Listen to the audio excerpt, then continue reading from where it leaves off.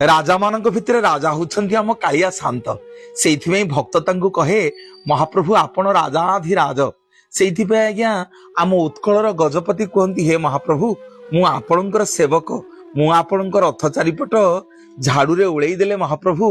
आपण रथ यात्रा करिवे से भक्तटीए जेतेबेले महाप्रभु को निद्रारू उठाए कहे प्रेम रे भक्ति रे मणिमा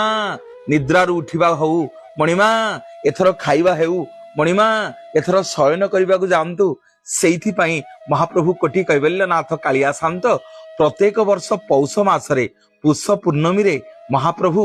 राजाभिषेक हुंती पुष्याभिषेक हुंती सुनार बेशरे दर्शन दियंती पौष पूर्णिमा रे रत्न सिंहासन रे जो भक्त पौष पूर्णिमा दिन जगन्नाथ राजाधिराज बेश सुना बेश को दर्शन करिवो कोटी जन्मर पाप महाप्रभु मुक्ति कर दियंती एवं एई मासरे ओडिया घरे गोटे कथा अछि पुष मासरे आज्ञा दुब कळेनी एई मासरे मध्ये लक्ष्मी सांताणी तांको बाप घर को जानती धनु संक्रांति रे फेरंती मकर संक्रांति रे लक्ष्मी मां मध्ये एई पौष पूर्णिमा रे ये धरापृष्ठ को विराजमान करथिले बोली गोटे लोक कथा अछि महाप्रभु कोटि कैवल्यनाथ जगन्नाथ रत्न सिंहासन रे पौष पूर्णिमा रे सुनाबेश रे एवं महालक्ष्मी के श्रीमंदिर रे दर्शन कले कोटि जन्मर पाप धोई हो जाए समस्त